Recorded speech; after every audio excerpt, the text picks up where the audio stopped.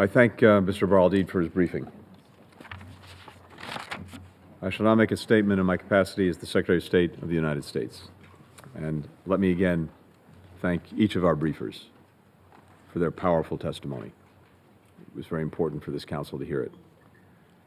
To our fellow Council members, on December 19th, 2018, 6 years ago today, the people of Sudan rose up to topple a dictator and reclaim their own futures.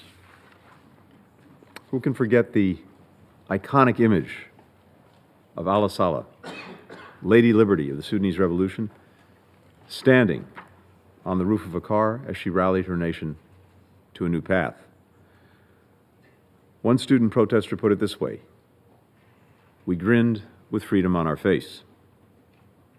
Half a dozen years later, we see on too many Sudanese faces hunger, despair. The military takeover in 2021, the brutal fighting that erupted between the Sudanese Armed Forces and the Rapid Support Forces in April 2023 have derailed Sudan's transition to democracy and unleashed what is the worst humanitarian crisis in the world. Each day, as you've heard from our briefers, brings new atrocities: attacks on hospitals, on markets, displaced persons camps, summary executions, women and girls subjected to unspeakable sexual violence. We continue to see war crimes and crimes against humanity committed across vast parts of Sudan. In Zamzam, people have resorted to eating grass and peanut shells. By some estimates, a child there dies every 2 hours for lack of food. And the effects of this tragedy extend well beyond Sudan's borders. Over 3 million Sudanese have fled to neighboring countries. Outside actors are arming and supporting both parties, turning an internal power struggle into a conflict with global dimensions. In short, failure to act in Sudan threatens the peace and security that this Council is charged with preserving. The world cannot, must not, look away from the humanitarian catastrophe that's happening in Sudan on our watch, before our eyes. The United States has worked intensively with partners to provide relief to the Sudanese people, to end hostilities, to return Sudan to the path of democracy. We've been the largest provider of humanitarian aid to the people of Sudan. Today, we're announcing an additional roughly $200 million more for food, for shelter, for health care, bringing total U.S. support to more than $2.3 billion since fighting broke out last year. In August, the United States launched a new initiative, Advancing Life-Saving and Peace in Sudan, co-hosted by Switzerland, Saudi Arabia, in partnership with Egypt, with the UAE, with the African Union, and with the United Nations. ALPS, as it's called, built on earlier work in Jeddah and Paris, and it incorporates Sudanese civil society, including Sudanese women who are both disproportionately harmed by the violence and essential to ending it. Alongside our partners, the United States successfully pressed Sudanese authorities to reopen major transportation arteries across Sudan, including, as you've heard, the Adre border crossing into Darfur. These efforts have allowed aid to reach more than 3.5 million people across Sudan. We enabled humanitarian air operations to resume for the first time since the conflict began, meaning that a trip that might have taken 2 days over flooded and bombed-out roads can now take just 1 hour. With U.S. leadership, the UN, and the Sudanese Ministry of Health vaccinated over 1.4 million people against cholera, achieving 98% coverage in hard-hit areas. So, this is important progress. It is saving lives, but it is nowhere near enough. So, let me suggest today 4 ways that we can intensify our efforts. First, we have to get more aid, more relief where it's needed most, safely, rapidly, unhindered. In November, aid groups distributed 19,000 metric tons of assistance in Sudan. That was a 4-fold increase since August. Yet to even come close to meeting the immense demand, we need to double that, 40,000 metric tons every single month. It means the international community has to give more to support those in Sudan, as well as refugees in countries like Egypt and Chad that are so generously hosting them. To deliver that assistance, we must finalize and sustain humanitarian corridors that allow aid to get into contested areas.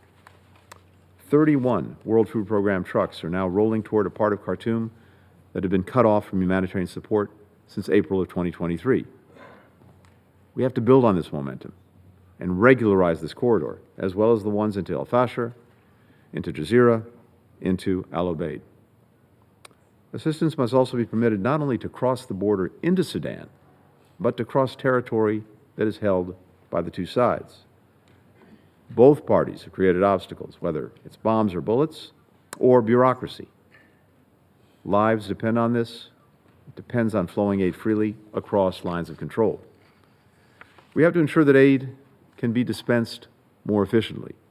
Sudanese authorities have allowed the UN to open 3 new humanitarian hubs and let international aid workers move freely about Sudan. Standing up a 4th hub in central Darfur Zalinge is also vital. It's time for the United Nations and the humanitarian community to activate these facilities and scale up aid delivery as quickly as possible. Second, this Council must press both warring parties to protect civilians, to stop atrocities, to end the fighting.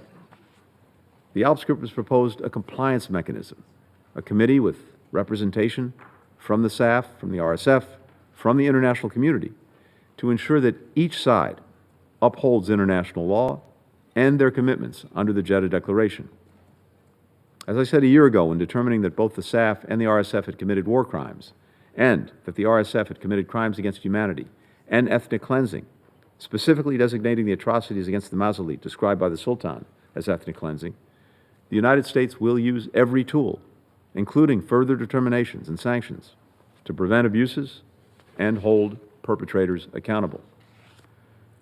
We encourage other partners to implement similar sanctions bilaterally, multilaterally, on individuals, on organizations whose actions worsen the conflict.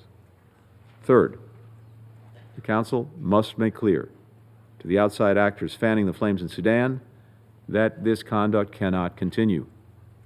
Last month, the United Kingdom and Sierra Leone put forward a resolution that called for a nationwide ceasefire, increased civilian protection, and the unhindered flow of aid. 14 members, including the United States, voted in favor of this resolution. 1 member, Russia, vetoed. They called the resolution, and I quote, absurd and unacceptable. Here's what's absurd and unacceptable. Any country professing to care about African nations while continuing to fuel Africa's largest war. So, to the foreign sponsors sending drones, missiles, mercenaries, enough. To those profiting off the illicit oil and gold trade that fund this conflict, enough. Use your resources to ease Sudanese suffering, not deepen it. Use your influence to end the war, not perpetuate it. Don't just claim to be concerned about Sudan's future, prove it. Finally, we must all continue to support the Sudanese people as they work to revive this transition to inclusive, civilian-led, democratic governance. In September, the African Union reiterated its call for Sudan to return to a constitutional and civilian-led order. The United States endorses this call. This entire Council should do so as well.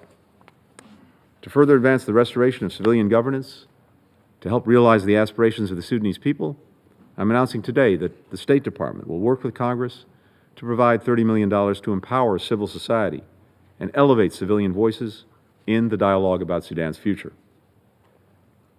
Even as the bombs continue to fall, the people of Sudan are not waiting to lead.